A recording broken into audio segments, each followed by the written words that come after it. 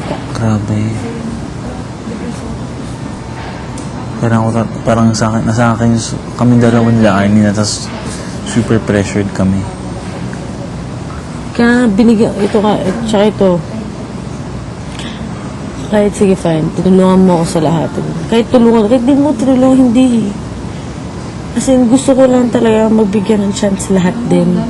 At sobrang gusto ko tang mabawian din. Tsaka dami-dami, nakita kita this past few weeks, wala, yung ginagawa mo sobrang, diba hindi ka nag-enjoy?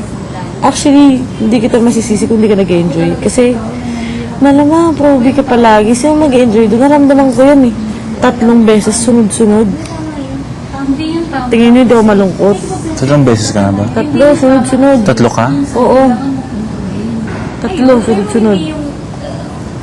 Sobrang hirap nun. Kahit na sobrang, ako yung taong, sige, fine. Mukhang malakas, di ba? Hindi ako mukhang iyakang babae. Mukhang walang pakialam sa mundo. Pero hindi.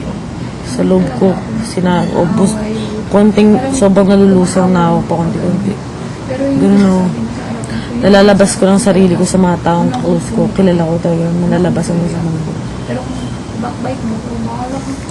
Yun nga, hindi ko alam. Alam ni Hansen yun. Hindi ko alam ba't tinanong ko yun. Pero yun talaga yung parang anong tawag mo sa tsugalaro? Tsaka kasi, yun nga, sinabi niya sa akin kanina na parang hindi daw, parang desisyon ko wala daw masama doon.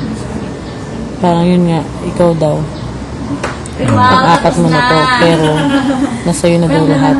Alam mo na lahat ng techniques, etc. Pero siya daw, hindi mo nakuha yung technique. Pero parang magdami ko lang yung gusto marutunan. May basugatin siya. Tignan mo yung gilid ko. Tignan mo. Mukhang pula. Tsaka close kami. Bakit may... May tiwala siya sa akin, tapos ginanong ko siya. Doon siya unang nasaktan talaga. Pero yun nga daw, contest ko. Kasi parang tanggalin mo lang yung scene na hindi siya dapat magalit sa akin. Pero parang meron, kahit pa paano, magkakaroon man siya ng hatred for me kahit nakaunti lang. Wala. Feel ko wala talaga. Hindi mo mga kasalanan, kaya tabi natin. You know, industry. Kailangan laging maganda, hindi laging But ako to eh. Wala akong pinagsisisihan. Sobrang wala.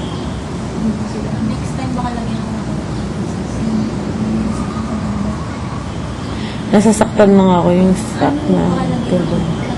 Ito pa nga eh, sinabi niya sa akin, paano kung ayun nga, nasa sitwasyon ko siya.